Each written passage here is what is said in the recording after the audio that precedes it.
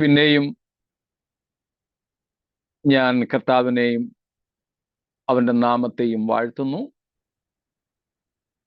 സകലത്തെയും തന്റെ ശക്തിയുള്ള വചനത്താൽ ഉളവാകട്ടെ എന്ന വചനത്താൽ ഉളവാക്കിയ, തന്റെ ശക്തിയുള്ള വചനത്താൽ സകലത്തെയും സംരക്ഷിക്കുകയും ചെയ്യുന്ന ത്രിയേക ദൈവത്തിന് സ്തോത്രം ചെയ്യുന്നു. ആദിയിൽ ഉണ്ടായിരുന്നവനും ദൈവത്തോട് കൂടെയായിരുന്നവനും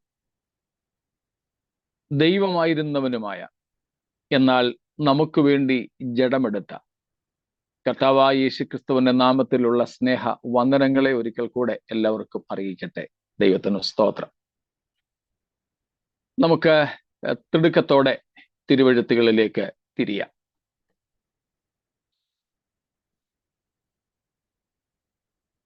വെളിപ്പാട് പുസ്തകം 8-ാമത്തെ അധ്യായം, അതിൻ്റെ 1 മുതൽ 6 വരെയുള്ള വാക്യങ്ങളാണല്ലോ നമ്മുടെ ചിന്താവിഷയം. അതിൽ ആദ്യത്തെ വാക്യങ്ങളിൽ നമ്മൾ കാണുന്ന 2-3 കാര്യങ്ങൾ, കുഞ്ഞാട് 7-ാമത്തെ മുദ്ര പൊട്ടിക്കുന്നതും ആ സമയത്ത് 7 ദൂതന്മാർ 7 കാഹളങ്ങളുമായി പ്രത്യക്ഷപ്പെടുന്നതും സ്വർഗത്തിൽ അരമണിക്കൂർ മൗനമുണ്ടാകുന്നതും നാം കണ്ടു. ആ മൗനത്തിന്റെ 8 സാധ്യത അർത്ഥങ്ങളെപ്പറ്റിയും കാരണങ്ങളെക്കുറിച്ചും ഒക്കെ നാം ഇന്നലെ വരെ ചിന്തിക്കുകയുണ്ടായി.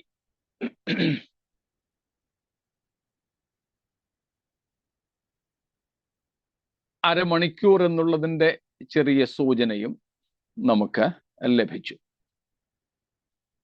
7 കാഹളങ്ങളുമായി 7 ദൂതന്മാർ. ഇന്ന് രാവിലത്തെ യോഗത്തിലും ഞാൻ ഓർപ്പിച്ചതുപോലെ, നിങ്ങളാരും ഇല്ലായിരുന്നു എന്ന് എനിക്കറിയാം, എങ്കിൽ കൂടെ നമ്മൾ പൊതുവെ കേൾക്കുന്നത്, ഞാൻ ഇന്നലെ മിനിയാന്നും ഇവിടെ നടന്ന ഒരു സംഘടനയുടെ, അതായത് ഒരു സഭാ പ്രസ്ഥാനത്തിന്റെ ഫാമിലി കോൺഫറൻസിൽ കേട്ട ഒരു സംഗതി, ദൂതന്മാർ കാഹളമൂതുവാൻ ചുണ്ടോടടുപ്പിച്ചു പിടിച്ചിരിക്കുന്നു. ദൈവം 1, 2, 3 ബ്ലോ എന്നൊന്ന് പറയുന്നത് കാത്തിരിക്കുക. നമ്മളും വികാരഭരിതരാകും ഇതൊക്കെ കേൾക്കുമ്പോൾ. ചുണ്ടോടടുപ്പിച്ച് ഇങ്ങനെ നിൽക്കുക. അപ്പൊ ഈ ഒളിമ്പിക്സിൽ ഓടാൻ ആൾക്കാർ ഇങ്ങനെ നിന്നതുപോലെ, വെടി പൊട്ടുന്നതും ഓടുന്നതും ഇങ്ങനെ. അങ്ങനെയല്ല കേട്ടോ. നാം കാത്തിരിക്കുന്നത് ദൂതന്മാരുടെ കാഹളമൂത്തിന് വേണ്ടി അല്ല. സ്തോത്രം. നമ്മുടെ ഉൽപ്രാവണം, ദൈവസഭയുടെ എടുക്കപ്പെടിയിൽ നടക്കുന്നത് ദൈവത്തിന്റെ കാഹളമൂതുമ്പോഴാണ്. ദൂതന്മാരുടെ കാഹളമല്ല എന്നുള്ളത് നമ്മൾ നേരത്തെ കാണുകയുണ്ടായല്ലോ. അതുകൊണ്ട് കൂടുതൽ വിശദീകരണം അതിന് വേണ്ട എന്ന് ഞാൻ മനസ്സിലാക്കുന്നു. അതുപോലെ തന്നെ നമ്മൾ പാട്ടുകൾ പാടുന്നതും നമ്മൾ പ്രസംഗങ്ങൾ കേൾക്കുന്നതും പ്രാർത്ഥിക്കുന്നതുമൊക്കെ തന്നെ കാഹളം ധ്വനിക്കാറായി, നമ്മൾ ഇവിടുന്ന് പോകാറായി. ശരിയാ, കാഹളത്തിന്റെ ഉദ്ദേശം നമുക്കിപ്പോൾ അല്പം കഴിഞ്ഞിട്ട് നോക്കാം.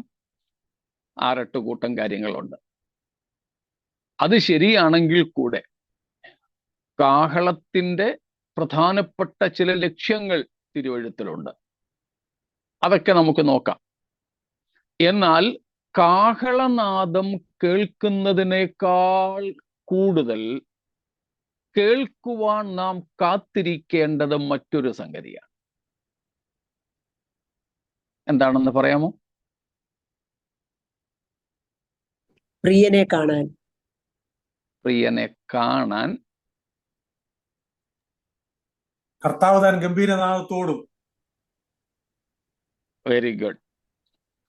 കാഹളനാദമല്ല നമ്മളെ ഇവിടെ നിന്നും പുറപ്പെടുവിക്കുന്നത്. കാഹളം it's just a sign, it's just an intimation. Please note it. The trumpet, whether of the angels or of God, trumpet or trumpet sound is just an intimation, but it has nothing to do with our translation, our transformation, our resurrection, and our conformation. Okay, we are waiting for a resurrection, a transformation, a translation, and a conformation. നാം കാത്തിരിക്കുന്നത് ഒരു ഉയർത്തെഴുന്നേൽപ്പിന് വേണ്ടി 3 കാര്യങ്ങൾ. ഉയർപ്പിനു വേണ്ടി, 2 രൂപാന്തരത്തിനു വേണ്ടി, 3 ഏകീഭാവത്തിനു വേണ്ടി. സ്തോത്രം. അനുരൂപപ്പെടലിന് വേണ്ടി. ഉയർപ്പ്, 2 രൂപാന്തരം, 3 അനുരൂപപ്പെടുക. ഇതിനു 3നും വേണ്ടിയാണ് നാം കാത്തിരിക്കുന്നത്. ഇതാണ് നമ്മിൽ സംഭവിപ്പാനുള്ളത്. ഈ 3 കാര്യങ്ങളും നമ്മിൽ സംഭവിക്കുന്നത് പ്രധാന ദൂതന്റെ ശബ്ദത്തോടുകൂടെയുമല്ല, അല്ലെങ്കിൽ പ്രധാന ദൂതന്റെ ശബ്ദത്താലുമല്ല, കാഹളനാദത്താലുമല്ല. അതിനിപ്പം ദൈവത്തിന്റെ കാഹളമായാലും ദൂതന്റെ കാഹളമായാലും.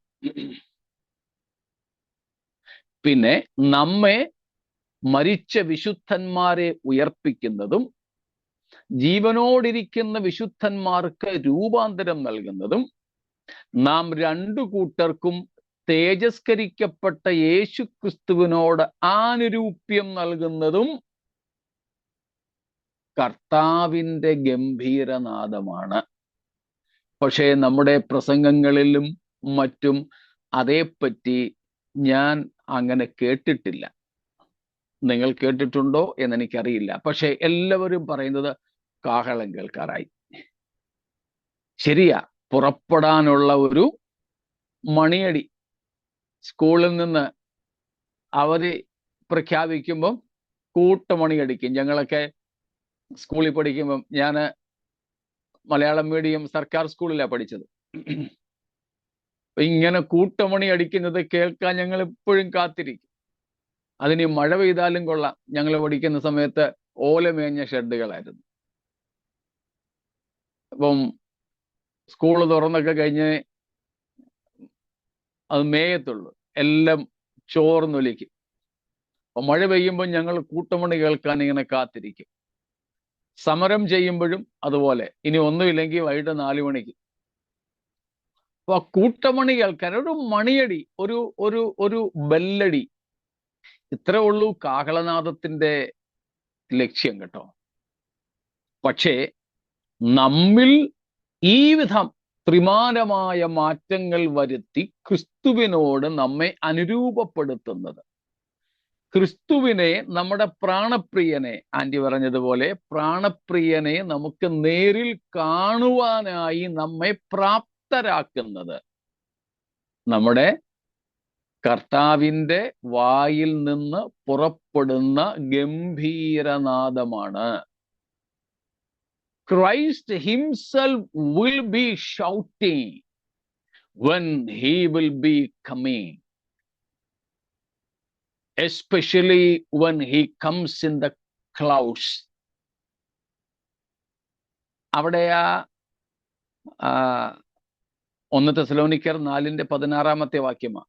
ഒന്ന് വായിച്ചോളൂ. നമുക്ക് പരിചയമുള്ളതാണ്, മനപ്പാഠം അറിയാവുന്നതാണെങ്കിൽ കൂടെ. For the Lord himself will descend from heaven with a cry of command, with the voice of an നിക്കണേ സിസ്റ്ററെ. In English it's bit clear. ഇംഗ്ലീഷിൽ നമുക്ക് കുറച്ചുകൂടെ വ്യക്തതയോടെ കാണാം. മലയാളത്തിൽ അത്ര എടുത്ത കൊണ്ട് പറയുന്നില്ല. കർത്താവ് താൻ ഗംഭീരനാദത്തോടും ഈ നമ്മൾ പ്രത്യേകിച്ച് വായിക്കുമ്പോഴും കോമായും കുത്തും ഒക്കെ ഉള്ളിടത്തെങ്ങും നിർത്താറില്ല. അതുകൊണ്ടും നമുക്കതിന്റെ അർത്ഥം ശരിക്കും മനസ്സിലാകത്തില്ല.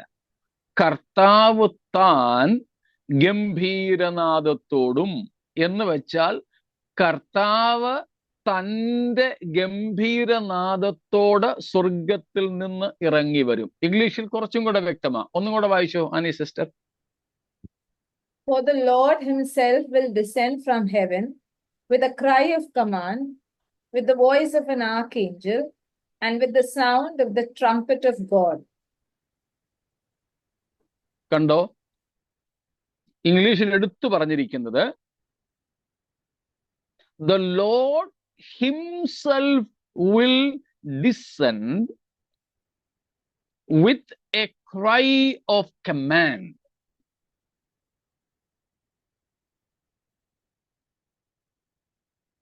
Okay, for the Lord himself will descend from heaven with a loud cry of summons. Summoning. വിളിക്കുക. വെറും കോളിംഗ് അല്ലത്, അത് കോർട്ട് ഭാഷയാ, കോടതി ഭാഷയാ സമ്മൻ. സ്തോത്രം. മലയാളത്തിൽ അർത്ഥമുണ്ട് അവിടെ, പക്ഷെ നമ്മൾ വായിക്കുമ്പോൾ അത് അത്ര അങ്ങോട്ട് വ്യക്തമാകുന്നില്ല. കർത്താവ് താൻ ഗംഭീരനാദത്തോടും. നമ്മൾ പാട്ടും പാടും, കർത്താവ് താൻ ഗംഭീര.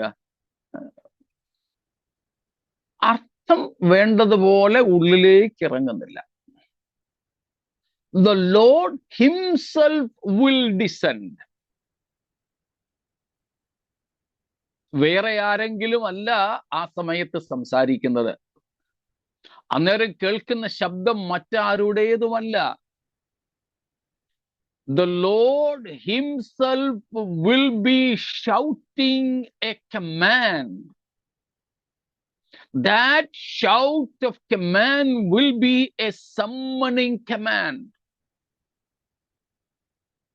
സ്തോത്രം.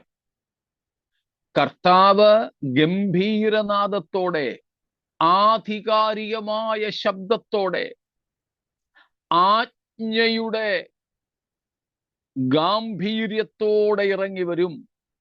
ആ ആജ്ഞ, ആ ഗംഭീരനാദം എന്താണ്? തൻ്റെ അടുക്കലേക്ക് സമ്മൺ ചെയ്യാൻ, കോടതിയിൽ ഹാജരാകാൻ വേണ്ടി കോടതിയിൽ മജിസ്ട്രേറ്റ് പുറപ്പെടുവിക്കുന്ന വാറന്റിന്റെ പേരാണ് സമ്മൻ. കോടതിയിലും പോലീസ് സ്റ്റേഷനിലുമൊക്കെ നീതിന്യായ പീഠ അധികാരികളുടെ ഒരു ഭാഷയാ. ഇതുപോലെ സർവ സൈന്യാധിപനും മുഴു ലോകത്തിൻ്റെയും ന്യായാധിപനുമായ രാജാധിരാജാവും കർത്താവുമായ നമ്മുടെ ആത്മനാഥൻ സ്വർഗത്തിൽ നിന്ന് ഇറങ്ങി വരുമ്പോൾ, സ്തോത്രം, ഒരു കൽപ്പന, ഒരു വിളംബരം പുറപ്പെടുവിക്കുന്നു. സ്തോത്രം. എന്താ വിളംബരം പുറപ്പെടുവിക്കുന്നത്? വേറെ ആരോടുമല്ല പറയുന്നത്.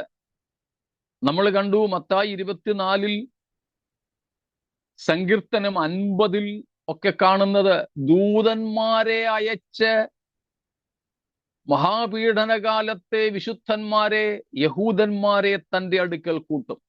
എന്നോട് യാഗം കഴിച്ച് എന്നോട് നിയമം ചെയ്തവരായ എൻ്റെ വിശുദ്ധന്മാരെ എൻ്റെ അടുക്കൽ കൂട്ടുവീൻ എന്ന് കർത്താവ് ദൂതന്മാർക്ക് കൽപ്പന കൊടുക്കും.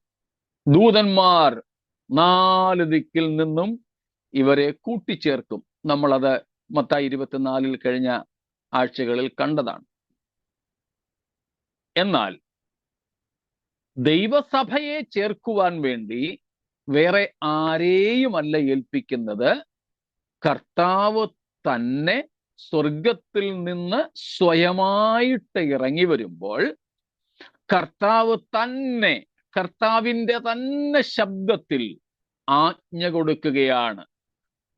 ലാസറേ പുറത്തു വരിക എന്ന് ലാസറിന്റെ കല്ലറയ്ക്കൽ വെച്ച് വിളിച്ചതുപോലെ കർത്താവ് ഒരു കൽപ്പന പുറപ്പെടുവിക്കും. സ്തോത്രം. അപ്പോൾ എന്ത് സംഭവിക്കും? യോഹന്നാൻ 5:25, ജോൺ 5:25.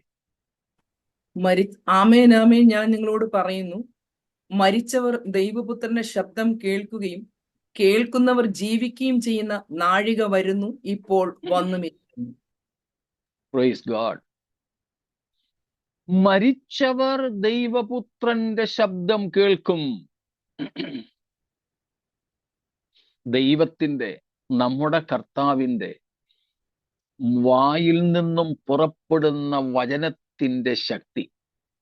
മുൻപ് ഞാൻ പറഞ്ഞിട്ടുണ്ട്, എന്നെ അത്ഭുതപ്പെടുത്തുന്നത്, എനിക്ക് വിവരിക്കാൻ വാക്കുകളില്ലാത്തത്, ചിന്തിച്ചിട്ടും പൂർണ്ണമായി ഗ്രഹിക്കുവാൻ കഴിയാതെ പോകുന്ന ഒരു കാര്യമാണ്. നമ്മുടെ മുമ്പിൽ ഇരിക്കുന്ന മോനോടോ മോളോടോ നമ്മൾ ഒരു കാര്യം പറഞ്ഞാൽ കേൾക്കത്തില്ല. ഞങ്ങളൊക്കെ ആണെങ്കിൽ ഇന്നലെ ഞാൻ പറഞ്ഞതുപോലെ ചെവിയുടെ കർണപുടം പൊട്ടിപ്പോകുന്നത് പോലെ, ആംപ്ലിഫയറൊക്കെ ബ്ലാസ്റ്റ് ആകുന്നത് പോലെ വലിച്ചു കൂവി വിളിച്ച് മൈക്കിൽ കൂടെ പറഞ്ഞാലും ശരി, പല വിശ്വാസികളും ഇതൊന്നും കേൾക്കാറില്ല. ഞാൻ ചിലയിടത്തൊക്കെ, ചിലതെന്നല്ല, എവിടെ ചെന്നാലും ആദ്യമായിട്ട് ചൊല്ലുകയാണെങ്കിൽ എൻ്റെ പേരും സ്ഥലവും രക്ഷിക്കപ്പെട്ട വിധവും ഒക്കെ ഒരു 2-3 മിനിറ്റ് കൊണ്ട് പറയും. ഒരു 5-6 സെന്റൻസ്. ഭാര്യ, മക്കള്, സ്ഥലം, ഇതൊക്കെ പറയും. ഇതെല്ലാം കഴിഞ്ഞ് യോഗമൊക്കെ കഴിഞ്ഞിട്ട് ഇറങ്ങുന്നറിനെ ചോദിക്കും, പാസ്റ്റർ കുടുംബമൊക്കെ ഉണ്ടല്ലോ അല്ലേ? മക്കള് ആണോ പെണ്ണോ? ഇതെല്ലാം പറഞ്ഞതാ, അവിടെ നിന്നുകൊണ്ട് പറഞ്ഞതാ.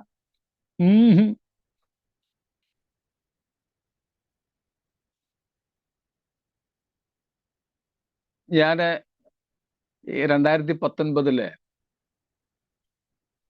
നിങ്ങൾക്ക് അറിയാവുന്നതുപോലെ ചർച്ചിൽ നിന്ന് മാറിയിട്ട് പിന്നെ ട്രാൻസ്ഫർ ആയിട്ട് ഒരു ചർച്ച് എടുത്തില്ല, ഒരു സ്ഥലത്ത് പൈനിയർ ചെയ്യുകയാണ്, നിങ്ങൾക്കറിയാതെ. അപ്പോൾ അവിടെ പൈനിയർ ചെയ്യാൻ മാറിയപ്പോൾ തൊട്ട് ഒത്തിരി പേർക്ക് സംശയം, ഞാൻ ചർച്ച് ഓഫ് ഗോഡ് വിട്ടിട്ട് ഇൻഡിപെൻഡന്റ് പ്രസ്ഥാനം തുടങ്ങുകയാണ്. ഒത്തിരി പേര് അങ്ങനെയൊക്കെ പറഞ്ഞു. ഞാൻ വാടകയ്ക്ക് വീട് തപ്പി നടന്നപ്പം ഒരു വലിയ കേൾവി കേട്ടു, ഞാനൊരു ഭയങ്കര ഓഫീസ് കോംപ്ലക്സ് വാങ്ങാൻ പോവുകയാണ് ഇൻഡിപെൻഡന്റ് പ്രസ്ഥാനത്തിന് വേണ്ടിയിട്ട്. അമേരിക്കയിൽ നിന്നും ഞാൻ ഇങ്ങോട്ട് പോരുന്നതിന്റെ തലയാഴ്ച വരെ എനിക്ക് അങ്ങനെയുള്ള ചോദ്യങ്ങൾ കിട്ടി. അതുകൊണ്ട് ഞാൻ ഇവിടെ കോൺഫറൻസിന് വന്നപ്പം എൻ്റെ രാത്രി പ്രസംഗത്തിന്റെ സമയത്ത് പറഞ്ഞു, 2 കാര്യങ്ങൾ ഞാൻ ഒന്ന് ക്ലാരിഫൈ ചെയ്യാൻ ആഗ്രഹിക്കുക. എന്ന പ്രസംഗം കേട്ട നിങ്ങൾ ഉണ്ട്, നിങ്ങൾക്കറിയാം. അതിലൊരു കാര്യം ഇതായിരുന്നു ഞാൻ പറഞ്ഞത്, ഞാൻ ചർച്ച് ഓഫ് ഗോഡ് വിട്ടു എന്ന് ഇവിടെ ഒത്തിരി പേര് പറയുന്നുണ്ട്, ചോദിക്കുന്നുണ്ട്. അതുകൊണ്ട് ഞാൻ ഇനി ഓരോരുത്തരോടും ഉത്തരം പറയണ്ടല്ലോ, അതുകൊണ്ട് പരസ്യമായിട്ട് അങ്ങ് പറയാം. ഞാൻ പറഞ്ഞു, 1992 ഞാൻ ചർച്ച് ഓഫ് ഗോഡിൽ ജോയിൻ ചെയ്തത്. അന്ന് മുതൽ ഇന്ന് വരെ പ്രസ്ഥാനം മാറിയിട്ടില്ല. ഇതാ ഞങ്ങളുടെ ഓവർസിയർ ഇവിടെ ഇരിപ്പുണ്ട്, അദ്ദേഹം ഇവിടെ ഇരിപ്പുണ്ടായിരുന്നു, അദ്ദേഹത്തിന്റെ പേരും അദ്ദേഹത്തെ ചൂണ്ടിക്കാണിച്ചിട്ടുള്ള പറഞ്ഞു. ഇതെല്ലാം കഴിഞ്ഞ് ചില ദിവസങ്ങൾക്ക് ശേഷം ഒരാൾ എന്നോട് ചോദിച്ചു, ഫാസ്റ്റ് അപ്പൊ ചർച്ച് ഓഫ് ഗോഡൊക്കെ വിട്ടു അല്ലേ? അവിടെ ഉണ്ടായിരുന്നയാളാ. ഞാൻ ചോദിച്ചു, അയ്യോ ഞാൻ അന്ന് പറഞ്ഞത് കേട്ടില്ലേ? അയ്യോ പറഞ്ഞായിരുന്നോ? ഞാൻ കേട്ടില്ല, ഞാൻ ശ്രദ്ധിച്ചില്ല. ഭയങ്കര വിഷമം തോന്നി. എന്നോട് അങ്ങനെ ചോദിച്ചത് കൊണ്ടല്ല, ഇത്രയും നല്ല സൗണ്ട് സിസ്റ്റത്തിൽ കൂടൊക്കെ ശാന്തമായി ഇങ്ങനെ പറഞ്ഞിട്ട് പോലും ആൾക്കാർക്ക് അങ്ങോട്ട് കേൾക്കാൻ പറ്റുന്നില്ല.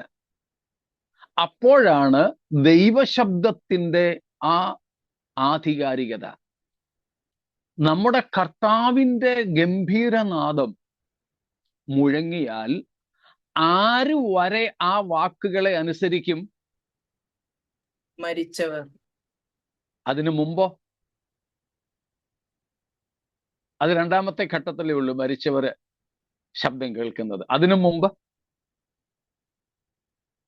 സുജ കേട്ടിട്ടുണ്ടത് ഞാൻ പറഞ്ഞു.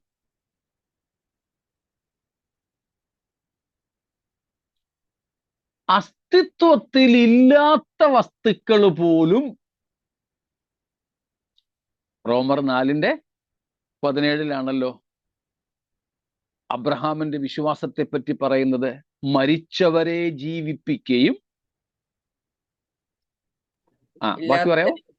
ഇല്ലാത്തതിനെ ഉള്ളതിനെ പോലെ വിളിച്ചു വരുത്തുകയും ചെയ്യുന്നവനായി. ഹല്ലേലൂയ. നമ്മുടെ ദൈവത്തിന്റെ, നമ്മുടെ കർത്താവിന്റെ വായിൽ നിന്നുള്ള ആ shout, a serious command of summoning, വളരെ ഗൗരവമേറി വിളിച്ചു വരുത്തുന്ന കൽപ്പനയാണ് കർത്താവ് താൻ ഗംഭീരനാദം എന്ന് പറയുന്നത്. അതിന്റെ പ്രധാനപ്പെട്ട 2 ഘടകങ്ങളാണ് ഞാൻ ഈ പറഞ്ഞത്. നമ്മൾ ഇങ്ങനെയൊക്കെ പറഞ്ഞാലും അനുസരിക്കുന്ന കാര്യം പോയിട്ട് കേൾക്കത്ത് പോലും ഇല്ല ആൾക്കാർ. പിന്നല്ലേ അനുസരിക്കുന്നേ.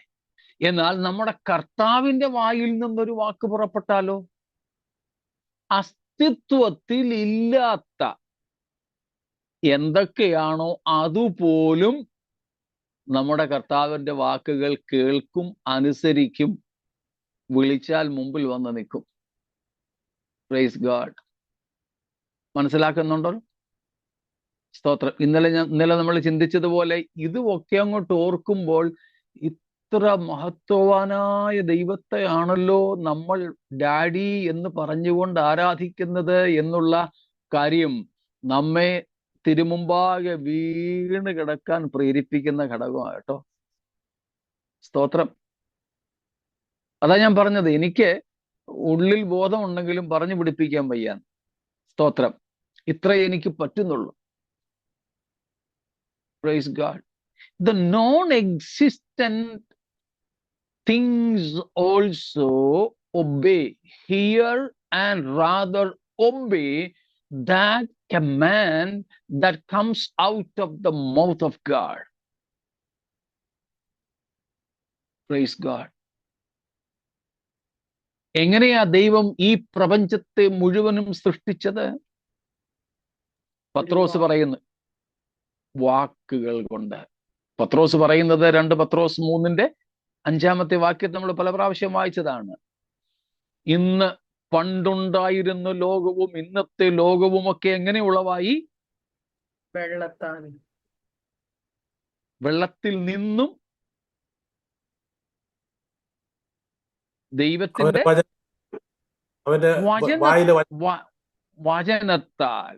വചനത്താൽ ഉളവായി. അല്ലെ? 5-ാം വാക്യം എടുത്തെങ്കിൽ ഒന്നുകൂടെ വായിച്ചു, കുഴപ്പമില്ല. ആകാശവും വെള്ളത്തിൽ നിന്നും വെള്ളത്താലും ഉളവായ ഭൂമിയും പണ്ട് ദൈവത്തിന്റെ വചനത്താൽ ഉണ്ടായി എന്നും. സ്തോത്രം. അത് തന്നെയാണ് എബ്രായർ 11:3 തൊട്ടുള്ള വാക്യങ്ങളിൽ വായിക്കുന്നത്. ദൃശ്യമായ ലോകത്തിന് ദൃശ്യമായതല്ല കാരണം. സ്തോത്രം. The world is visible, but the reason for this visible world is invisible. So that is the authority of the shout of God. ആദിയിൽ സകലത്തെയും ഒന്നുമില്ലായ്മയിൽ നിന്നും അസ്തിത്വത്തിലേക്ക് വിളിച്ചു വരുത്തിയ അതേ ആധികാരിക വചനം ഇനി ഒരിക്കൽ കൂടെ മുഴങ്ങും. അന്ന് ഒരിക്കലല്ല, പലപ്പോൾ മുഴങ്ങും. എന്നാൽ നമ്മുടെ ഈ വിഷയത്തോടനുബന്ധിച്ച് അന്ന് മരിച്ചവർ എന്ത് ചെയ്യും? ദൈവപുത്രന്റെ ശബ്ദം കേൾക്കും. സ്തോത്രം. മരിച്ചവർ നോടിയിടയ്ക്കുള്ളിൽ അവർ അക്ഷയരായിട്ട് ഉയർക്കും. അതുകൊണ്ട് സ്തോത്രം, ദൂതന്മാര് കാഹളം ചുണ്ടോടെ വെച്ചുകൊണ്ടിരിക്കുന്നതുമായിട്ട് നമ്മുടെ ഉയർപ്പിന് പ്രത്യേക ബന്ധമൊന്നുമില്ല. നമ്മുടെ ഉയർപ്പുമായി ബന്ധപ്പെട്ട് മുഴങ്ങുന്ന കാഹളം ദൈവത്തിന്റെ കാഹളമാണ്. എന്നാൽ ദൈവത്തിന്റെ കാഹളം നമുക്ക് പുറപ്പാടിനുള്ള ഒരു സൂചനയാണ്. നമ്മൾ താഴെ വരുന്നുണ്ടത്, അന്നേരം ഇത്രയും വിവരിക്കേണ്ടെന്നേ ഉള്ളൂ, ഇപ്പൊ ഞാനങ്ങ് വിവരിക്കുന്നത് മാത്രം. പക്ഷേ നമ്മെ ഉയർപ്പിക്കുന്നതും രൂപാന്തരപ്പെടുത്തുന്നതും ക്രിസ്തുവിന്റെ തേജോ രൂപത്തോട് അനുരൂപപ്പെടുത്തുന്നതും എന്താണ്? കർത്താവിന്റെ ഗംഭീരനാദം. കർത്താവ് താൻ ഗംഭീരനാദത്തോടും എന്ന് പറഞ്ഞാൽ അതിന്റെ അർത്ഥം കർത്താവ് തന്നെ സ്വർഗത്തിൽ നിന്ന് ഇറങ്ങി വരും. കർത്താവിന്റെ തന്നെ എന്ന് പറഞ്ഞാൽ നമ്മുടെ യേശു കർത്താവിന്റെ തന്നെ വായിൽ നിന്ന് ഒരു അട്ടേർഡ് വേർഡ്, കൽപ്പിത വചനം പുറപ്പെടും. അതാണ് നമ്മെ ഉയർപ്പിച്ച് അല്ലെ രൂപാന്തരപ്പെടുത്തി കർത്താവിനോട് അനുരൂപപ്പെടുത്തുന്നത്. സ്തോത്രം. ഇത്രയും വ്യക്തമാണേ? പാസ്റ്ററെ, ഇതിന്റെ ഇടയിലൊന്നും ചോദിക്കുന്നു, ഈ ദൂതന്മാരുടെ കാഹളം ദൈവത്തിന്റെ ശബ്ദം കഴിഞ്ഞിട്ടല്ലേ ഇതെല്ലാം സംഭവിക്കുന്നത്? അന്നേരം വിശുദ്ധന്മാർക്ക് വേണ്ടിയുള്ളതല്ലല്ലോ. അല്ല, ഇനി രണ്ടും കൂടെ കുഴക്കുന്ന എന്തിനാ അവര്? നമ്മൾ അതാ കേട്ടോണ്ടിരിക്കുന്നത് അതാ. അതുകൊണ്ട് ഞാൻ അതിന്റെ ഒരു എന്താണ് പറയുന്നത്, വിശദീകരണം ഒന്ന് തന്നേ ഉള്ളൂ. ഈ കഴിഞ്ഞ ദിവസവും ഞാൻ കേട്ടത് കൊണ്ട് അങ്ങ് എന്താ താജ ഒന്ന് പറഞ്ഞേ ഉള്ളൂ. സ്തോത്രം.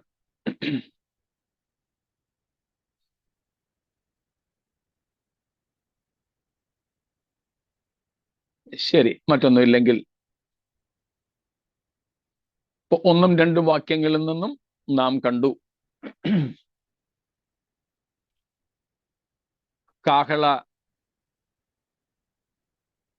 കാഹളങ്ങൾ പിടിച്ചുകൊണ്ട് 7 ദൂതന്മാർ നിൽക്കുന്നു. 7 ദൂതന്മാർ ആരൊക്കെയാണെന്ന് അവിടെ പേരൊന്നും പറഞ്ഞിട്ടില്ല. എന്നാൽ യഹൂദ പാരമ്പര്യം അനുസരിച്ച് 7 ദൂതന്മാരുടെ പേര് പറയാറുണ്ട്. അപ്പോക്രിഫൽ പുസ്തകങ്ങളിൽ അതിനെക്കുറിച്ചുള്ള സൂചനകളുമുണ്ട്. അത് നമുക്കിവിടെ പ്രസക്തമല്ല. എങ്കിൽ കൂടെ ഞാൻ അവരുടെ പേര് ചുമ്മാ ഒന്ന് പറയാം. അത് എഴുതണമെന്നൊന്നുമില്ല, ജസ്റ്റ് ഒരു അറിവിന് വേണ്ടിയിട്ട്. അതിൽ പല പേരുകൾ നമ്മൾ കേട്ടിട്ടുണ്ട്. അതിൽ ചില പേരുകൾ നമ്മുടെയൊക്കെ ചില പിള്ളേർക്കും ഉണ്ട്. ഊരിയേൽ, റഫായേൽ, റഗുവേൽ,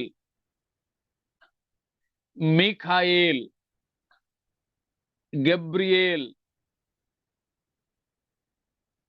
റമിയേൽ,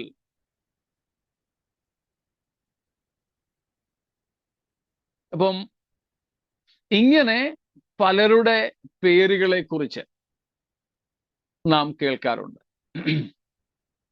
നമുക്ക് ബൈബിളിൽ ഉള്ളത് 2 പേരേ ഉള്ളൂ. അതുകൊണ്ട് ബാക്കിയുള്ളതിലേക്ക് നമ്മൾ പോകേണ്ടതില്ല. പിന്നെ റഫായേൽ എന്നൊക്കെ നമ്മുടെ ചില കുട്ടികളുടെയൊക്കെ പേരുകളുണ്ട്, നമുക്കറിയാം. ഏതായാലും ശരി, 7 ദൂതന്മാർ. ഏതായാലും ഇവിടെ നിൽക്കുന്ന ദൂതന്മാരിൽ ഗബ്രിയേലും മീഖായേലും ഉണ്ടാകാൻ സാധ്യതയില്ല. അതുകൊണ്ട് യഹൂദ പാരമ്പര്യം 7 ആർക്കേഞ്ചൽസ് എന്നൊക്കെയാണ്. അതിലൊരുത്തനായിരുന്നു ലൂസിഫർ എന്ന് പറയപ്പെടുന്നുണ്ട്. അതൊക്കെ യഹൂദ പാരമ്പര്യത്തിൽ പറയുന്ന അല്ലെങ്കിൽ അപ്പോക്രിഫൽ പുസ്തകങ്ങൾ പരിചയപ്പെടുത്തുന്ന കാര്യങ്ങളാണ്. അത് ദൈവവചനത്തിന്റെ ആധികാരികതയിലേക്ക് വിരൽ ചൂണ്ടുന്ന കാര്യങ്ങൾ അല്ലാത്തത് കൊണ്ട് ആ കാര്യങ്ങൾ വിടുകയാണ്. തോബീത്ത് എന്ന് പറയുന്ന അപ്പോക്രിഫൽ പുസ്തകത്തിന്റെ 12-ാം അധ്യായം 15-ാം വാക്യത്തിലാണ് ഇതിനെക്കുറിച്ചൊക്കെ നാം കാണുന്നത്. പ്രത്യേകിച്ച് ആ വാക്യത്തിൽ പറയുന്നത് റഫായേൽ എന്ന് പറയുന്ന ദൂതന് വിശുദ്ധന്മാരുടെ പ്രാർത്ഥന ദൈവത്തിന്റെ സന്നിധിയിലേക്ക് കൊണ്ടുപോകുന്ന ഉത്തരവാദിത്വമാണെന്നൊക്കെയാണ്. അതൊന്നും നമ്മുടെ ബൈബിളുമായിട്ട് യോജിക്കാത്തതായതുകൊണ്ട് നമുക്ക് അതൊന്നും സ്വീകാര്യമല്ല. അതുകൊണ്ട് ആ ഭാഗങ്ങൾ അവിടെ നിൽക്കട്ടെ. 3 മുതൽക്കുള്ള വാക്യങ്ങളിലേക്ക് വരുമ്പോൾ നമുക്ക് പ്രാർത്ഥനയുടെ ആ വിഷയങ്ങളെ കുറിച്ച് ചിന്തിക്കാവുന്നതാണ്. ഇപ്പോൾ നമുക്ക് ഈ കാഹളത്തെക്കുറിച്ച് ഒന്ന് നോക്കാം. അതിൽ കുറച്ച് കാര്യങ്ങൾ പറയുകയും കൂടെ ചെയ്തതുകൊണ്ട് അധികം വിശദീകരണം കൂടാതെ ആ ഭാഗം നമുക്കിന്ന് പൂർത്തീകരിക്കാം എന്ന് കരുതുന്നു. കാഹളത്തെക്കുറിച്ച് നമുക്കറിയാമല്ലോ, it's A wind instrument of music. String instrument, wind instrument എന്നൊക്കെ പറഞ്ഞ് സംഗീത ഉപകരണങ്ങളെ, വാദ്യോപകരണങ്ങളെ പലതായിട്ട് തിരിക്കുന്നുണ്ട്. കാറ്റുകൊണ്ട് ശബ്ദമുണ്ടാക്കുന്ന വാദ്യോപകരണം എന്നാണ് അതിൻ്റെ അർത്ഥം. അതിനകത്ത് വേറെ കാര്യങ്ങളൊന്നുമില്ല. ഒരു പ്രത്യേക ഷേപ്പിലുള്ള, ഊതുന്ന ഭാഗം ചെറുതും മുമ്പോട്ട് പോകും തോറും വലുതായും ഇരിക്കുന്ന ഒരു വിൻഡ് മ്യൂസിക്കൽ ഇൻസ്ട്രുമെന്റ്, കാറ്റുകൊണ്ട് ശബ്ദമുണ്ടാക്കുന്ന ഒരു വാദ്യോപകരണം എന്ന് മാത്രം ഇതിനെ കാണും. അത് 2 തരത്തിലുള്ളതുണ്ടായിരുന്നു.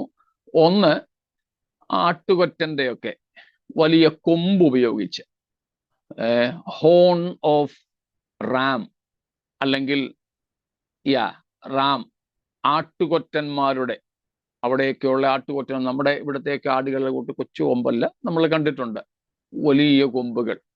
ഇപ്പൊ മൃഗത്തിന്റെ കൊമ്പുകളിൽ നിന്ന് ഉളവാക്കുന്ന, അകത്തേതെല്ലാം എടുത്ത് കളഞ്ഞിട്ട് ഒരു കവറ് മാത്രം ഉണ്ടാകുന്ന കാഹളങ്ങൾ ഉണ്ടായിരുന്നു. മറ്റൊരു തരം കാഹളമായിരുന്നു ബീറ്റൻ ബ്രോൺസ് കൊണ്ടുണ്ടാക്കുന്ന, അല്ലെ ബ്രാസ് കൊണ്ടുണ്ടാക്കുന്ന, പിച്ചളയെ അടിപ്പുപണിയായിട്ടുണ്ടാക്കുന്ന ഉപകരണങ്ങളും ഉണ്ടായിരുന്നു. പിച്ചളയെ അടിപ്പുപണിയായിട്ട്. നമ്പേഴ്സ് 10 വേഴ്സസ് 1 and 2, സംഖ്യാപുസ്തകം 10-ന്റെ 1-ഉം 2-ഉം ഒന്ന് വായിച്ചോളൂ. യഹോവ പിന്നെയും മോശയോട് അരുളിച്ചത് എന്തെന്നാൽ, വെള്ളി കൊണ്ട് 2 കാഹളം ഉണ്ടാക്കുക, അടിപ്പുപണിയായി അവയെ ഉണ്ടാക്കണം. അവ നിനക്ക് സഭയെ വിളിച്ചു കൂട്ടുവാനും അതിലേക്ക് നമുക്ക് പിന്നീട് വരാം. അതിലേക്ക് നമുക്ക് പിന്നെ വരാം.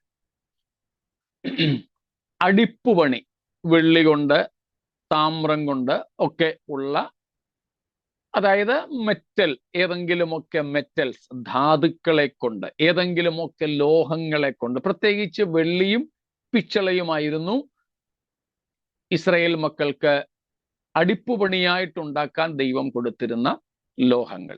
ഇങ്ങനെ ഏത് ലോഹം കൊണ്ടും, കാശുണ്ടെങ്കിൽ സ്വർണം കൊണ്ടും വേണമെങ്കിൽ ഉണ്ടാക്കാം. ദൈവം ഇവരോട് പറഞ്ഞിരിക്കുന്നത് ഈ ലോഹങ്ങൾ കൊണ്ടുണ്ടാക്കാൻ. അടിപ്പുപണി എന്ന് പറഞ്ഞാൽ അടിച്ച് അടിച്ച് അടിച്ച് ഉണ്ടാക്കുന്ന, അതാണ് ബീറ്റൻ മെറ്റൽ. ഏത് മെറ്റലിനെ ആയാലും ചുറ്റിക കൊണ്ട് അടിച്ചടിച്ചടിച്ച് ആ ഷേപ്പ് വരുത്തുക. മെഷീനകത്തൊന്നും ഇട്ട് ഡൈ കൊണ്ടുണ്ടാക്കുന്നതല്ല, അടിച്ചടിച്ചുണ്ടാക്കുന്ന അടിപ്പുപണി, അതാണ് അടിപ്പുപണി, അടിച്ചുണ്ടാക്കുന്നത്. ഒരു സമയത്ത് എനിക്കും അറിയത്തില്ലായിരുന്നു ഈ അടുപ്പുപണി എന്ന് പറഞ്ഞാൽ എന്താണ്. നമ്മൾ ഇവന് എളുപ്പം പറയുമ്പം അടുപ്പുപണി എന്താണെന്നൊരു പിടുത്തവും ഇല്ല. പിന്നീട് മനസ്സിലായത് അടിച്ചടിച്ചുണ്ടാക്കുന്നത്. നമ്മുടെ പണ്ടൊക്കെ ഉണ്ടായിരുന്ന ഈ കലവും ഒക്കെ ഉണ്ടല്ലോ, പ്രത്യേകിച്ച് ചെമ്പിൻ്റെയൊക്കെ, അതിലൊക്കെ ഇങ്ങനെ അടിച്ചതിൻ്റെ പാട് കാണാമായിരുന്നല്ലോ. ഇതുപോലെ അടിച്ചടിച്ച് ഉണ്ടാക്കുന്ന. മറ്റൊന്നാണ് ആസ് ജോഷുവ 6:4, യോശുവ 6:4. 7 പുരോഹിതന്മാർ ആട്ടിൻ കൊമ്പ് കൊണ്ടുള്ള 7 കാഹളം പിടിച്ചുകൊണ്ട് പെട്ടകത്തിന് മുമ്പിൽ നടക്കണം. മതി. ആട്ടിൻ കൊമ്പ് കൊണ്ടുള്ള കാഹളം. മൃഗത്തിന്റെ horn of animals, especially of Ram, ആട്ടിൻ കൊമ്പ്.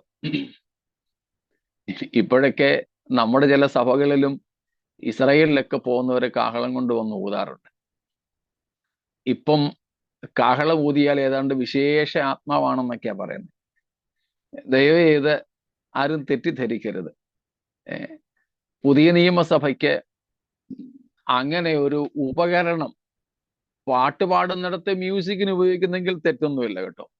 നമ്മളിന്ന് മ്യൂസിക്കൽ ഇൻസ്ട്രുമെന്റ്സ് ഒക്കെ ഉപയോഗിക്കുന്ന പോലെ, ഏതെങ്കിലുമൊക്കെ വാദ്യോപകരണങ്ങൾ ഉപയോഗിക്കുന്നത് പോലെ ഒരു പാട്ടിന് കൊഴുപ്പിനായിട്ട് ഉപയോഗിക്കുന്നെങ്കിലോ അല്ലെങ്കിൽ അതിൽ കൂടെ ഒരു പാട്ട് പാടുന്നെങ്കിലോ ആ അർത്ഥത്തിൽ തെറ്റൊന്നുമില്ല, ഉപയോഗിച്ചോളൂ, കുഴപ്പമൊന്നുമുള്ളതല്ല, അത് പാപമൊന്നുമല്ല.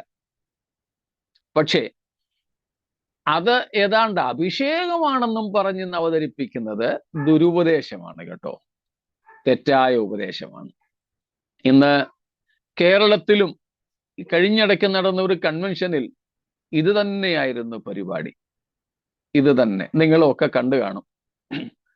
വളരെ ദുഃഖം തോന്നി. എന്തോ ബാംഗ്ലൂര് ഒരു ഇലക്ട്രോണിക് സിറ്റിയില് ഈ ഒരു പോളിസ്റ്ററിന്റെ ഇതുണ്ടായി. അത് എപ്പോഴും ഇത് ഊതി കഴിയുമ്പോഴത്തേക്കും ഉള്ളൂ. ഞാനവിടെ പോയതാണ് ബാംഗ്ലൂര് ഇലക്ട്രോണിക് സിറ്റിയില്. ആങ്കിള് പോയി അനുഭവിച്ചിട്ട് വന്ന പഴയ പോലെ തന്നെ ഇരിക്കുന്നല്ലേ രാധാകൃഷ്ണനെങ്കിൽ ഇപ്പോഴും? അവർക്ക് ഭയങ്കര ഇമ്പോർട്ടന്റ്. അതുപോലെ ബാംഗ്ലൂർ ആ സത്യം പറഞ്ഞാൽ ഇതിന്റെയൊക്കെ തലസ്ഥാനം. ഇന്ത്യയിലെ ബാബിലോണാണ് ബാംഗ്ലൂർ. ബൈബിളിലെ ശിനാർ ദേശത്തെ ബാബേൽ പോലെയാ നമ്മുടെ ബാംഗ്ലൂർ സിറ്റിയിലെ എല്ലാ സഭകളും ഇല്ല, 1-2 സഭകൾ. ഈ ദുരുപദേശങ്ങളുടെ എല്ലാം ഗോഡ് ഫാദറിനെ അവിടെ കിട്ടും. അവർക്കെതിരായിട്ട് വല്ലതും പറഞ്ഞാൽ, ഞാൻ ഈ പറയുന്നത് അവർ കേൾക്കുകയാണെങ്കിൽ പേര് പറഞ്ഞില്ലെങ്കിൽ അവനെ വെടിവെച്ച് കളയും. എനിക്കതിന്റെ ഭയമൊന്നുമില്ല. പിന്നെ ഒരു സാമാന്യ മര്യാദയ്ക്ക് ഞാൻ പേര് പറയുന്നില്ല എന്ന് മാത്രമേ ഉള്ളൂ. ഇവിടെ പറയേണ്ടി വന്നാൽ അതും പറയും. ധാരാളമായ ദുരുപദേശങ്ങൾ ആ നിലകളിലുണ്ട്. ഇന്ന് ചില സഭകളുടെ പേര് തന്നെ ട്രംപറ്റ് ചർച്ച് ഓഫ് ഗോഡ് എന്നൊക്കെയാണ്. ഈ കഴിഞ്ഞ ദിവസങ്ങളിലും ഏതാനും മാസങ്ങൾക്ക് മുമ്പ് എന്നോടൊരു പാസ്റ്റർ അന്വേഷിച്ചു വന്നു, ബോംബെയിലും അങ്ങനെയുള്ള ചില സഭകളുണ്ട്, അറിയാമോ എന്നും ചോദിച്ചു. പ്രിയരെ, ഈ കാഹളം ഊതിയത് കൊണ്ട് പരിശുദ്ധാത്മാവ് വരികയോ എന്തെങ്കിലും അത്ഭുതങ്ങൾ നടക്കുകയോ ഒന്നും ചെയ്യുന്നില്ല. പിന്നെ ഈ കാഹളം ഊതുമ്പം ബൈബിളിൽ ഇങ്ങനെയൊക്കെ ഊതിയിട്ടുണ്ടെന്നൊക്കെ പറഞ്ഞ് വികാരഭരിതരാക്കി ഇത് ഊതിയാൽ കേൾക്കുന്നവരിൽ ചിലർക്ക്, ഇച്ചിരി ബലഹീനരായവർക്ക്, ആത്മീയ ബലവാന്മാർക്കൊന്നും തോന്നത്തില്ല, ആത്മീയ ബലഹീനരായവർക്ക് ഇത് കേൾക്കുമ്പോൾ ഒരു വൈകാരിക ഭാവമൊക്കെ തോന്നും. കേട്ടിട്ടില്ലാത്തൊരു ശബ്ദം, കണ്ടിട്ടില്ലാത്തൊരു ഉപകരണം ബൈബിളിൽ ഉണ്ടെന്നും പറഞ്ഞ് നമ്മളിപ്പോൾ വായിച്ച യോശുവയുടെ പുസ്തകത്തിൽ നിന്നൊക്കെ വായിച്ച് 7 പ്രാവശ്യം ഊതുന്നു, 7-ാം പ്രാവശ്യം നീട്ടി ഊതുന്നു. ഊതുന്ന വഴിക്ക് ശ്വാസം കിട്ടാതെ ഊത്ത് ശരിയാകാതെ വരുമ്പോൾ അത് തുടച്ചു കളഞ്ഞിട്ട് അടുത്തത് ഊതുന്നു. ഇതൊക്കെ വെറും ജനത്തെ കബളിപ്പിക്കാനുള്ള ഓരോ പരിപാടികളാണ്. പുതിയ നിയമസഭയ്ക്ക് ഇതുമായിട്ടൊരു ബന്ധവുമില്ല. പഴയ നിയമത്തിൽ ഉണ്ടായിരുന്നു. അതിൻ്റെ കാരണങ്ങൾ നമ്മൾ നോക്കുകയാണ്. അതുകൊണ്ടാണ് ഈ 2 തരത്തിലുള്ള കാഹളങ്ങൾ ഉണ്ടാക്കാനും ഉപയോഗിക്കുവാനും ദൈവം അവരോട് പറഞ്ഞിരുന്നത്. ലോഹം കൊണ്ട് അടിപ്പുപണിയായിട്ടും ബീറ്റൻ മെറ്റൽ കൊണ്ടും, മറ്റൊന്ന് അനിമൽ ഹോൺ, മൃഗങ്ങളുടെ കൊമ്പ് കൊണ്ടും, വിശേഷിച്ച് ആട്ടിൻ കൊമ്പ് കൊണ്ടുമുള്ള കാഹളങ്ങൾ ഉപയോഗിച്ചിരുന്നു. സ്തോത്രം. വീട്ടിലും വേണമെങ്കിൽ ഒരെണ്ണം മേടിച്ചു വെക്കാം കേട്ടോ, കാണാനും ഒക്കെ ആയിട്ട്, പിള്ളേരെയൊക്കെ കാണിക്കാം. അതിലൊന്നും ഒരു തെറ്റുമില്ല. ഊതുന്നെങ്കിൽ ഊതിക്കോ, നാട്ടുകാർ ശല്യം ഉണ്ടാക്കുന്നില്ലെങ്കിൽ വീട്ടിൽ ഊതിക്കോ, കുഴപ്പമൊന്നുമില്ല. പിന്നെ ശംഖ് ഊതുന്ന പോലെ ഇത് ഊതിയിട്ട് ദൈവം വരുമെന്നൊന്നും ആരും ചിന്തിക്കരുത്. പാമ്പാട്ടി നാഗസ്വരം മീട്ടുന്നത് പോലെ, നാഗത്തിന്റെ, പാമ്പിന്റെ ഇത് പാമ്പാട്ടി മീട്ടുമ്പം പാമ്പാടുമെന്ന് പറയുന്നത് പോലെ, ശംഖൂതുമ്പോൾ ചില ദൈവങ്ങൾ ഉണരുമെന്നോ പ്രസാദിക്കുമെന്നോ ചിന്തിക്കുന്നത് പോലെ കാഹളമൂതിയത് കൊണ്ട് ബൈബിളിലെ ദൈവം കാഹളനാദം കേട്ട് ഉണരുന്നവനൊന്നും അല്ല. കാഹളനാദം കേൾക്കുമ്പം ഹാലിളകുന്നവനല്ല ബൈബിളിലെ ദൈവം. സ്തോത്രം. അതുകൊണ്ട് ഇനിയിപ്പോൾ ആര് കാഹളം ഊതിയാലും ഒരു ഉപകരണം എന്ന നിലയിൽ ഉപയോഗിക്കുന്ന തെറ്റില്ല. അതല്ലാതെ എന്തെങ്കിലും ആത്മീയതയുടെ പരിവേഷം അതിന് കൊടുത്താൽ അത് തെറ്റായ ഉപദേശമാണ്. ആരും അങ്ങനെ ചെയ്യരുത്. അങ്ങനെയുള്ള സഭകളിലേക്ക് നാം ആകർഷിക്കപ്പെടുകയും അരുത് എന്ന് പറഞ്ഞ് ആ ഭാഗം ഞാൻ വിടുന്നു. സ്തോത്രം. അപ്പൊ ഇങ്ങനെ 2 തരത്തിലുള്ള കാഹളങ്ങളെ കുറിച്ച് നമുക്ക് കാണാം. ഇനിയും അതിന്റെ ഉപയോഗം എന്തായിരുന്നു എന്ന് നമുക്ക് നോക്കാം. ഒന്ന്, it was to signal divine presence. മുമ്പൊരിക്കൽ നമ്മൾ പറഞ്ഞോ എന്ന് എനിക്ക് സംശയമുണ്ട്, എങ്കിലും ഒന്ന് വിവരിക്കാതെ ഞാൻ അങ്ങ് പറഞ്ഞു പോവുകയാണ്. കാഹളങ്ങളുടെ ഉദ്ദേശം, ഒന്നാമത്തെ ഉദ്ദേശമായിരുന്നു to signal the presence of God. Exodus 19:16-19. പുറപ്പാട് പുസ്തകം 19-ാം അധ്യായത്തിന്റെ 16-19 തുടങ്ങിയ വാക്യങ്ങൾ, അല്ലെ 16 തൊട്ട് 19 വരെയുള്ള വാക്യങ്ങൾ നമ്മൾ കണ്ടാൽ സീനായി മലയിൽ, എടുത്തെങ്കിലും ഒന്ന് വായിച്ചോളൂ.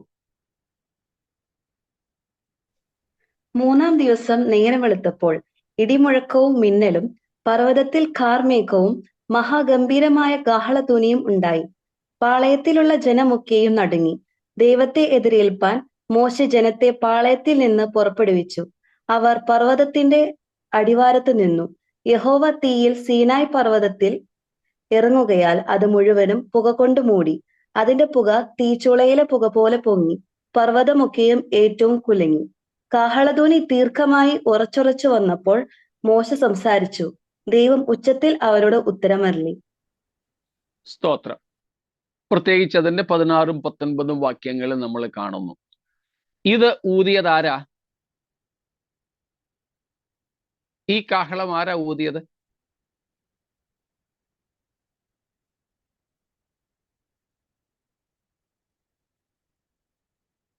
മനുഷ്യരാരെങ്കിലും ആണോ? അല്ല, അല്ല. ഇത് ദൈവത്തിന്റെ സാന്നിധ്യത്തിൽ ദൈവമാണോ ഊതിയത്, ദൂതന്മാരാണോ എന്ന് നമുക്ക് അവിടെ ഒന്നും പറഞ്ഞിട്ടില്ല. പക്ഷേ മോശയും അഹരോനും ഉൾപ്പെടെ ഉള്ളവരെല്ലാം താഴ്വാരത്തിൽ, സീനായി മലയുടെ അടിവാരത്തിലായിരുന്നു. അതുകൊണ്ട് ഇവരാരുമല്ല ഊതിയത്. ഈ കാഹളനാദം എവിടെ നിന്നാ പുറപ്പെട്ടത്? താഴെ നിന്നാണോ മലമുകളിൽ നിന്നായിരുന്നു?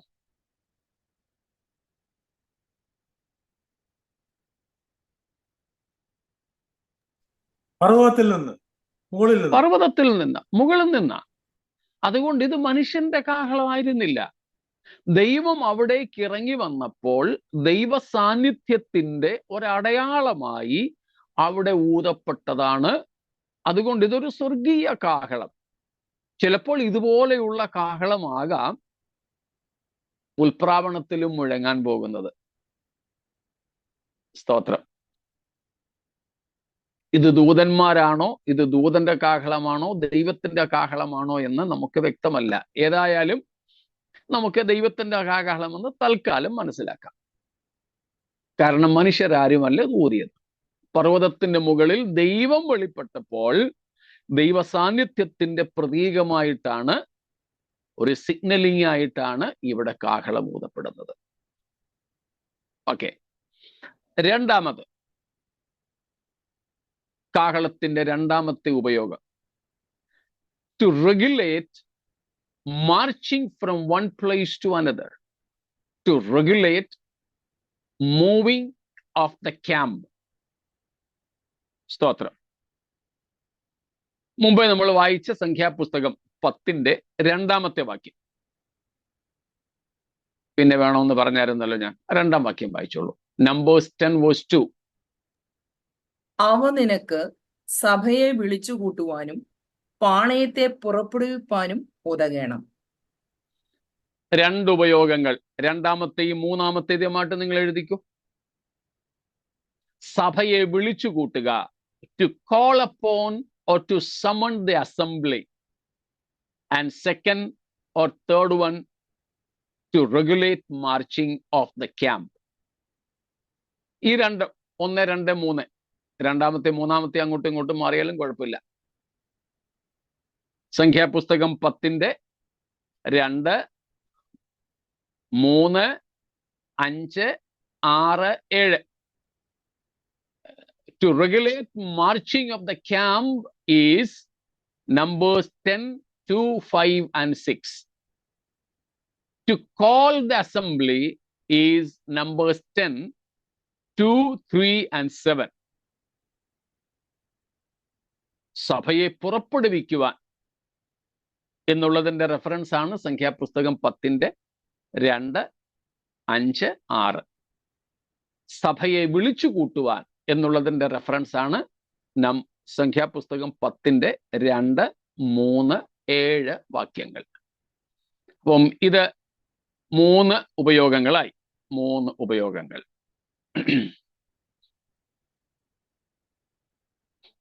അടുത്തത് 4ാമത്തെ ഉപയോഗം എന്ന് പറയുന്നത് to announce a feast.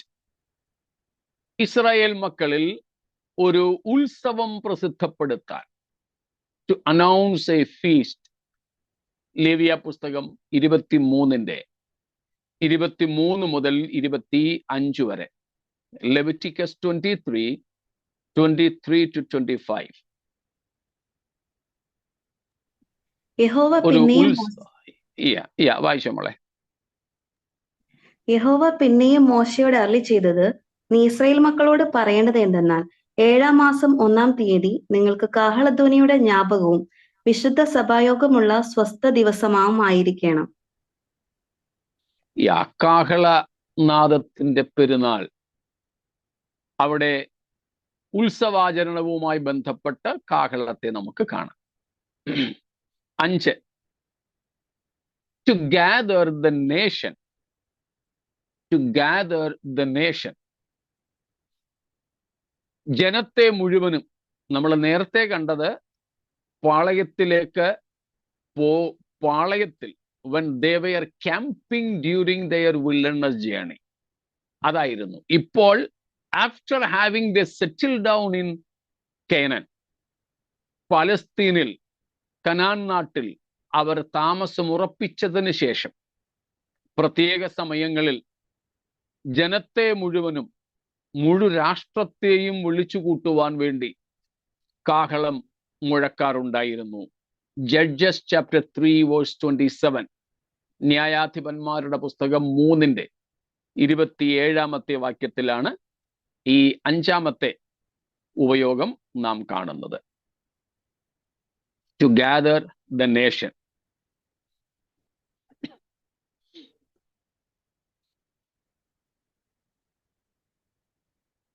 അഞ്ചാമത്തേതാ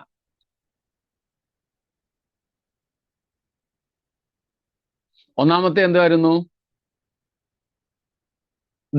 to signal God's presence. Second one, to regulate moving of the camp. Regulate moving of the camp. Third one, to gather people. To summon people. അതിനാണ് റെഫറൻസസ് നമ്പേഴ്സ് 10-ൽ നിന്ന് 2 ഭാഗങ്ങളിലായിട്ട് തന്നത്. 4ാമത്തേതാണ് to announce a feast. 5th one, to gather the nation. ഇസ്രായേലിനെ മുഴുവനും അവര് കനാനിൽ വന്ന് സെറ്റിലായതിനു ശേഷം, അവിടെ താമസം ഉറപ്പിച്ചതിന് ശേഷം, എന്തെങ്കിലും പ്രത്യേക ആവശ്യങ്ങളിൽ അവരെ മുഴുവനും കൂടെ ഒരു സ്ഥലത്ത് കൂട്ടണമെങ്കിൽ കാഹളം ഊതുക പതിവായിരുന്നു. അതാണ് നാം കാണുന്നത് ന്യായാധിപന്മാർ 3:27 വാക്യത്തിൽ. 6ാമത്തേത് 6th one, to alert against an enemy.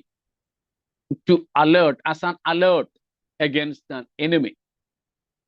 ശത്രുക്കൾ അണിനിരക്കുമ്പോൾ ശത്രുക്കൾ വന്നുകൂടിയിരിക്കുന്നു എന്ന്, അല്ലെങ്കിൽ ശത്രുക്കൾക്കെതിരെ ഇസ്രായേലിനെ ബോധവൽക്കരിക്കാൻ വേണ്ടി, മുന്നറിയിപ്പ് നൽകാൻ വേണ്ടി, as A warning of the enemy, ശത്രുക്കളുടെ സാന്നിധ്യത്തെക്കുറിച്ചുള്ള മുന്നറിയിപ്പ് നൽകുവാൻ കാഹളം ഊതാറുണ്ടായിരുന്നു. നെഹമ്യാവ് 4-ാം അധ്യായം 18 തൊട്ട് 20 വരെയുള്ള വാക്യങ്ങൾ. നെഹമായ ചാപ്റ്റർ 4:18-20. ശത്രുക്കളുടെ സാന്നിധ്യത്തെക്കുറിച്ച് മുന്നറിയിപ്പ് കൊടുക്കുവാൻ വേണ്ടി. സ്തോത്രം. 7th one, ഏഴാമത്തെ ഉദ്ദേശം, to herald a new king. ഒരു പുതിയ രാജാവിനെ വാഴിക്കുമ്പോൾ അതിൻ്റെ അടയാളമായി സന്തോഷത്തോടെ ഊതാറുണ്ടായിരുന്നു. To herald a new king or during the coronation of a new king. ഒരു പുതിയ രാജാവിനെ വാഴിക്കുമ്പോൾ അതിൻ്റെ സന്തോഷത്തോടെ ആ രാജാവിൻ്റെ പക്ഷം നിൽക്കുന്നവരെല്ലാവരും കാഹളം ഊതുക പതിവായിരുന്നു. സ്തോത്രം. 1 Kings chapter 1 34 to 41. 1 Kings chapter 1 34 to 41. 1 രാജാക്കന്മാർ 1-ാം അധ്യായം 34 മുതൽ 41 വരെ. രാജാവിനെ വാഴിക്കുമ്പോൾ ആ സന്തോഷത്തോടെ ചെയ്യാറുണ്ടായിരുന്നു. സ്തോത്രം. 8ാമത്തേത്, 8th purpose of trumpet, to hail a religious event. To hail a religious event. അവരുടെ മതപരമായ എന്തെങ്കിലും ഒരു ചടങ്ങിന് വേണ്ടി, അതിനുവേണ്ടി ജനത്തെ കൂട്ടാൻ, ഒരു മതപരമായ ആഘോഷത്തിന് വേണ്ടി ഉത്സവം ആചരിക്കുക പതിവായിരുന്നു. 1 Chronicles 13 verse 8. 1 ദിനവൃത്താന്തം 13-ന്റെ 8ാമത്തെ വാക്യം. 1 ദിനവൃത്താന്തങ്ങൾ 13-ന്റെ 8ാമത്തെ വാക്യം. 9ാമത്തേതായിരുന്നു ടു അസിസ്റ്റ് ഇൻ വർഷിപ്പ്. ആരാധനയിൽ ഒരു വാദ്യോപകരണമായും ഉപയോഗിച്ചിരുന്നു. To assist in worship. ആരാധനയ്ക്ക് വേണ്ടിയും കാഹളങ്ങൾ ഉപയോഗിച്ചിരുന്നു. നെഹമ്യാവ് 12-ന്റെ 35 തൊട്ട് 41 വരെ. Nehemiah 12:35 to 41.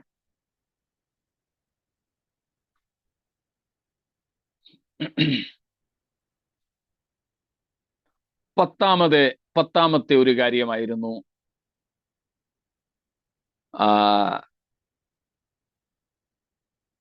As a sign of judgement. ഒരു ന്യായവിധിയുടെ പ്രഖ്യാപനമായും കാഹളം ഊതപ്പെട്ടിരുന്നു. ന്യായവിധിയുടെ പ്രഖ്യാപനമായി. സഫനായ chapter 1 14 to 16. സഫന്യാവ് 1-ാമത്തെ അധ്യായം 14 തൊട്ട് 16 വരെയുള്ള വാക്യങ്ങളിലും നാം അത് കാണുന്നുണ്ട്. ഇങ്ങനെ പ്രധാനമായും പഴയ നിയമത്തിലായിരുന്നു കാഹളങ്ങൾ. അതിൻ്റെ വിവിധമായ 10ഓളം ഉപയോഗങ്ങൾ നമുക്കിവിടെ കാണാം. ഏതാണ്ട് ഇതുമായിട്ടൊക്കെ ബന്ധപ്പെട്ട് നാം പുതിയ നിയമം പറയുന്ന കാഹളങ്ങളെ കുറിച്ച് നോക്കിയാലും, പുതിയ നിയമത്തിൽ കാഹളങ്ങളെല്ലാം കർത്താവിൻ്റെ വരവുമായും മഹോപദ്രവ കാലത്തെ സംഭവങ്ങളുമായും ബന്ധപ്പെട്ടാണ് കിടക്കുന്നത്.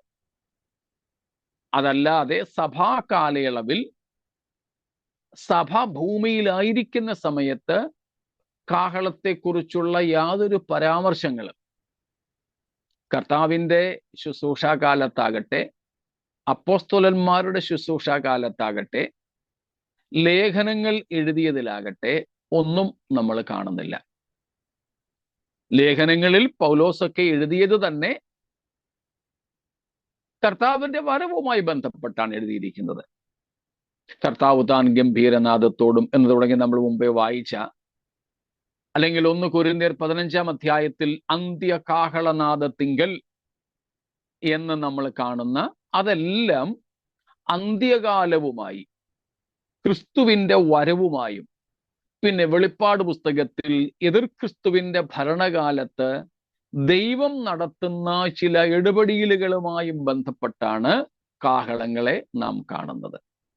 So in the Old Testament we can have at least these 10 usages of the purposes of trumpet. But in the New Testament, neither Jesus nor the apostles nor the early church used them in their daily lives.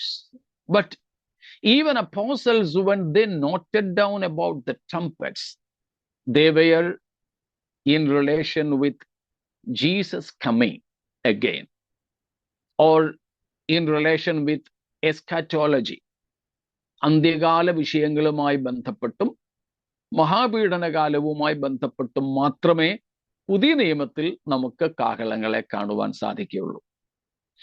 അതിലേക്ക് വരുമ്പോൾ അവിടെയാണ് നാം മുമ്പേ കണ്ട ദൈവത്തിന്റെ കാഹളം അന്ത്യകാലത്ത് സഭയുടെ ഉൽപ്രാപണ സമയത്ത് മുഴങ്ങുമെന്ന് പറഞ്ഞാൽ, നമ്മൾ ഈ പഠിച്ച 10 വിഷയങ്ങളിൽ അതിൽ നിന്ന് ചിലതിനോട് അത് ബന്ധപ്പെട്ട് കിടക്കുന്നു. എന്തിനു വേണ്ടിയാണ്? പെന്തക്കോസ്ത് നാൾ മുതൽ ഇതുവരെ ഭൂമിയിൽ താൽക്കാലിക പാളയമടിച്ച് കിടന്നിരുന്ന സഭയെ, അഥവാ പഴയ നിയമഭാഷയിൽ പറഞ്ഞാൽ പാളയത്തെ ഇവിടെ നിന്നും പുറപ്പെടുവിക്കുവാൻ, signaling the trumpet for our rapture during the time of our rapture, the rapture of the church. The trumpet sound will be heard not to resurrect or to transform the saints, but it is a signaling that the camp of the church from the world to move forward to the heavenly realms. Praise God. മനസ്സിലാവുന്നുണ്ടല്ലോ? Or to gather together all the saints from all the winds of the earth. ഭൂമിയുടെ നാനാ ഭാഗങ്ങളിൽ നിന്ന് വിശുദ്ധന്മാരെ കർത്താവിന്റെ അടുക്കൽ കൂട്ടുന്നതിനുള്ള ഒരു signalling, ഒരു അടയാളം മാത്രമായി നമുക്കിതിനെ കാണാം. സ്തോത്രം. Also, it is heralding a new king. സ്തോത്രം. ലോകത്തിന്റെ ഭരണം ദൈവം ഏറ്റെടുക്കാൻ പോകുന്നു, പുതിയ രാജാവ് വാഴാൻ പോകുന്നു എന്നതിൻ്റെ അടയാളമായും നമുക്കിതിനെ കാണാം. സ്തോത്രം. പ്രധാന ദൂതന്റെ ശബ്ദവുമായി ഇതിനെ കൂട്ടിയോജിപ്പിച്ചാൽ it's a warning against the enemy. നമ്മുടെ ഉയർപ്പിനെയും കർത്താവിന്റെ അടുക്കലേക്കുള്ള സമാഗമത്തെയും തടയാൻ ഒരുപക്ഷെ ശ്രമിക്കുന്ന ആകാശമണ്ഡലങ്ങളിലെ ശത്രു സാന്നിധ്യത്തെക്കുറിച്ച് മുന്നറിയിപ്പ് നൽകുന്നതാണ് എന്ന് നമുക്കിവിടെ മനസ്സിലാക്കുവാൻ സാധിക്കും. സ്തോത്രം. Praise God. അങ്ങനെ നമ്മുടെ ഉൽപ്രാപണവും കർത്താവിന്റെ വരവുമായി ബന്ധപ്പെട്ട് കാഹളനാദത്തിന്റെ ഈ വിധത്തിലുള്ള അർത്ഥങ്ങളെ നമുക്ക് ഗ്രഹിക്കാം, ഈ 10 നിന്ന് ചിലതൊക്കെ. എന്നാൽ ഇവിടെ വെളിപ്പാട് 8-ാം അധ്യായത്തിൽ നമ്മൾ കാണുന്ന 7 കാഹളങ്ങൾ നാം 10ാമതായി പഠിച്ചതുമായി ബന്ധപ്പെട്ടാണ്. എന്തുവാ? ന്യായവിധിയുടെ. Yes, it's about the judgment. ഇത് ന്യായവിധിയുടെ കാഹളമാണ്, ന്യായവിധിയുമായി ബന്ധപ്പെട്ടതാണ്. സ്തോത്രം. ആ ഭാഗങ്ങളിലേക്ക് കർത്താവിന്റെ വരവ് താമസിച്ചാൽ നമുക്ക് നാളെ എത്താം. ഏതായാലും നാം കാത്തിരിക്കുന്നത് കർത്താവിന്റെ ഗംഭീരനാദം മുഴങ്ങുന്നത് കേൾക്കാനാണ്. കാഹളനാദത്തെക്കാൾ, സ്തോത്രം, നമുക്ക് വേണ്ടത് കർത്താവിന്റെ ഗംഭീരനാദം നമ്മുടെ കാതുകളിൽ മുഴങ്ങണം. അന്ന് കർത്താവിന്റെ ഗംഭീരനാദം എല്ലാവരും കേൾക്കുമോ? ഇല്ല. അതുകൊണ്ടാണ് നാം സ്തോത്രം. അതിനെ രഹസ്യവരവെന്ന് വിളിക്കുന്നത് വേറൊന്നുമല്ല കേട്ടോ. സ്തോത്രം. എല്ലാവരും ആ ശബ്ദം കേൾക്കുകയില്ല. എത്രയോ പേര് മരിച്ചു കിടപ്പുണ്ടായിരുന്നു ലാസറിന്റെ കല്ലറയുടെ ചുറ്റുപാടുകളിൽ. കർത്താവ് വിളിച്ചിട്ട് അവരാരും വന്നില്ലല്ലോ. ലാസർ മാത്രമല്ലേ പുറത്തു വന്നുള്ളൂ. സ്തോത്രം. യേശു കർത്താവ് മരിക്കുന്ന സമയത്തും ഉയർത്തെഴുന്നേറ്റ വിശുദ്ധന്മാർ എല്ലാവരും ഉയർത്തില്ലല്ലോ. ഇതുപോലെ അന്ന് കർത്താവിന്റെ വായിൽ നിന്നും മുഴങ്ങുന്ന ശബ്ദം, ആ ഗംഭീരനാദം എല്ലാവരും, ജീവനോടുള്ളവരും എല്ലാവരും കേൾക്കില്ല, മരിച്ചവരും എല്ലാവരും കേൾക്കില്ല. കേൾക്കുന്നവരും മാത്രമേ ഉയർക്കുകയോ രൂപാന്തരപ്പെടുകയോ ചെയ്യൂ. അതുകൊണ്ട് കർത്താവിന്റെ ആ ശബ്ദം, ആ ഗംഭീരനാദം കേൾക്കാനുള്ള ഒരുക്കത്തോടെ നമുക്ക് നമ്മുടെ ശിഷ്ടകാലം കഴിക്കാം. നമ്മെ തന്നെ നമുക്കതിനായിട്ട് സമർപ്പിക്കാം. ആ വരവിനായി നമുക്കൊരുങ്ങാം. ഈ വചനങ്ങളാൽ ദൈവം നമ്മെ അനുഗ്രഹിക്കുമാറാകട്ടെ. സ്തോത്രം.